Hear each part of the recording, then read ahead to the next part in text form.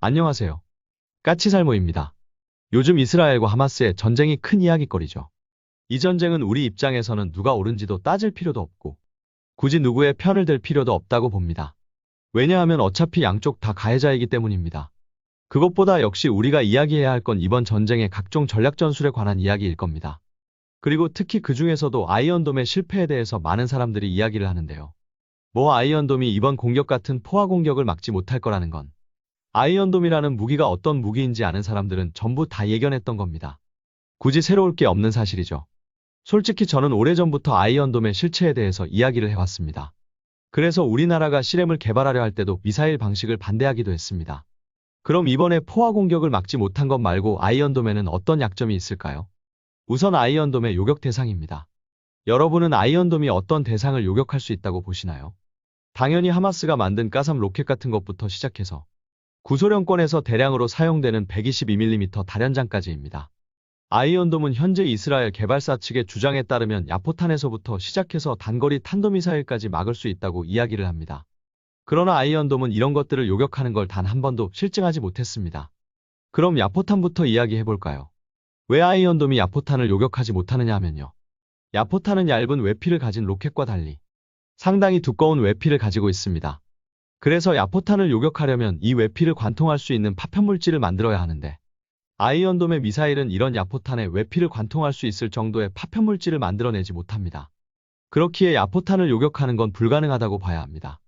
또 한 가지는 특히 평사포 같은 경우는 사거리에 따라서는 포탄의 비행고도 때문에 상대적으로 속도가 느린 아이언돔의 요격미사일로는 요격이 불가능합니다. 그리고 탄도미사일 같은 경우도 아이언돔의 요격미사일의 속도가 너무 느리기 때문에 현실적으로 요격이 불가능하다고 봐야 합니다. 한마디로 아이언돔은 딱 하마스가 만든 가삼 로켓부터 시작해서 107mm 로켓과 122mm 로켓 정도만 요격할 수 있는 시스템입니다. 그럼 우리는 어떨까요?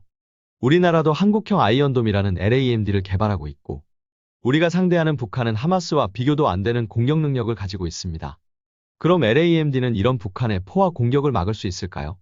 솔직히 지금부터 하는 이야기는 이 영상을 보시는 분들 상당수가 아는 내용일 겁니다.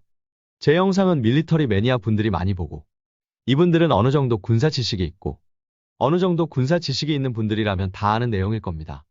그러나 제 영상을 보시는 분 중에 밀리터리 매니아가 아닌 분들도 있고 그분들은 모를 수 있기 때문에 오늘 영상을 준비한 거니 아는 내용이라고 해서 실망하지 마시고 봐주시기 바랍니다. 우선 우리 군은 처음부터 북한군의 포화 공격을 막을 생각 자체가 없었습니다. 어차피 북한이 각종 무기를 동원한 대량 공격을 해오면 그 어떤 방법을 동원해도 막을 수 없다는 걸 우리 군도 잘 알고 있습니다. 그러면 왜 LAMD를 개발하는 것일까요? LAMD는 북한의 170mm 곡산포나 아니면 북한이 대량으로 보유하고 있는 그리고 연평도 포격전에도 대량으로 사용한 122mm 다련장 같은 걸 막으려고 만드는 무기가 아닙니다.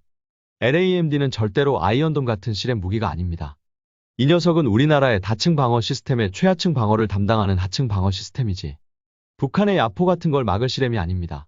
기본적으로 LAMD도 만능이 아니며 그래서 LAMD가 요격할 수 있는 요격 대상은 북한의 240mm 구경의 로켓과 300mm와 400mm 로켓까지입니다. 당연히 그 이하도 그리고 그 이상도 요격하지 못합니다. 아이언돔이 가삼 로켓부터 122mm 로켓까지만 막을 수 있는 것처럼요.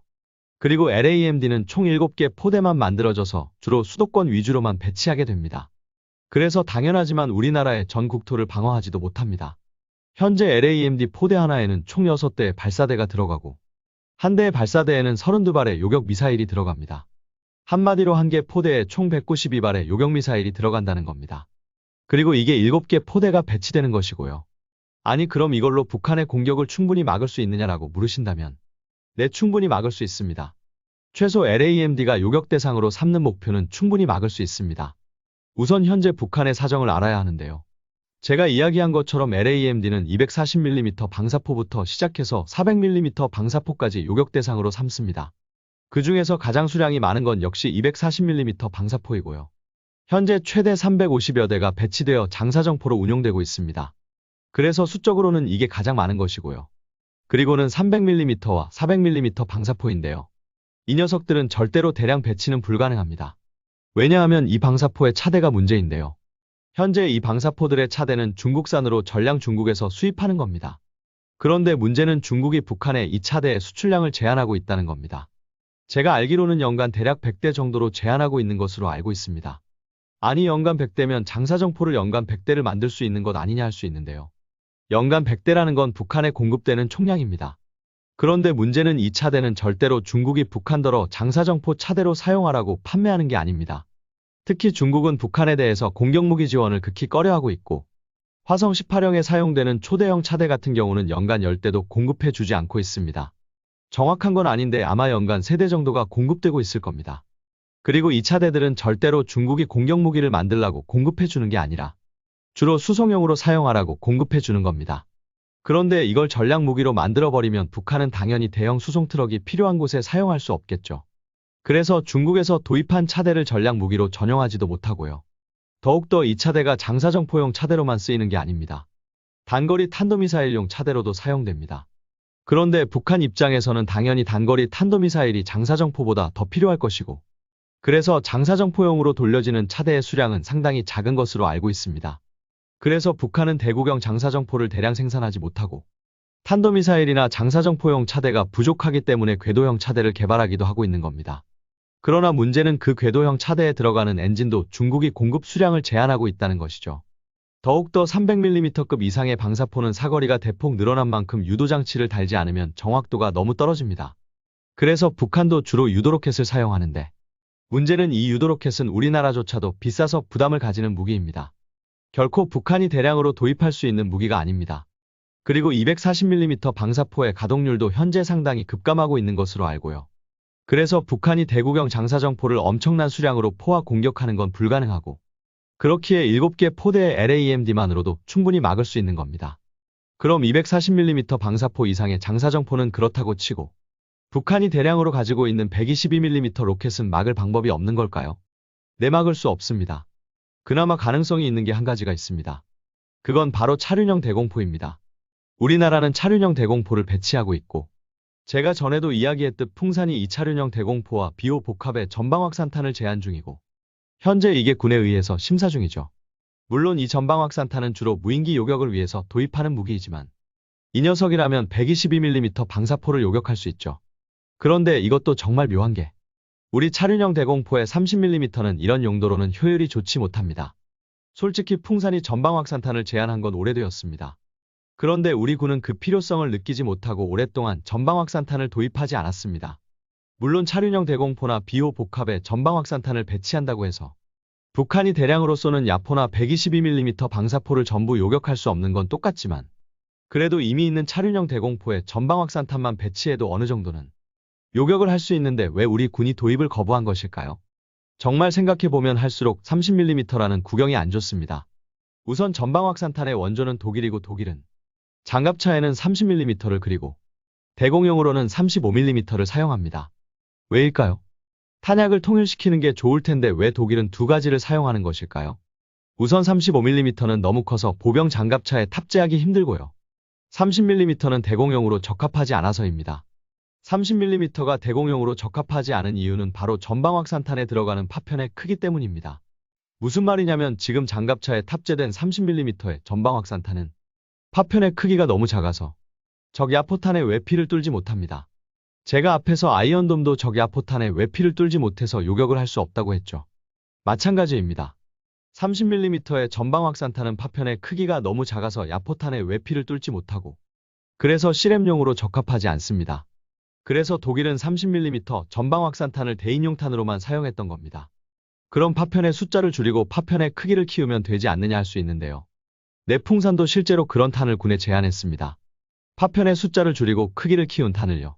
그런데 문제는 그리 만들면 파편이 퍼지는 범위가 줄어들어서 요격 성공률이 떨어지는 문제가 발생한다는 겁니다. 그래서 적당한 크기의 파편과 그리고 적당한 크기의 파편을 충분한 수량을 탑재하려면 35mm 이상이 필요한 겁니다.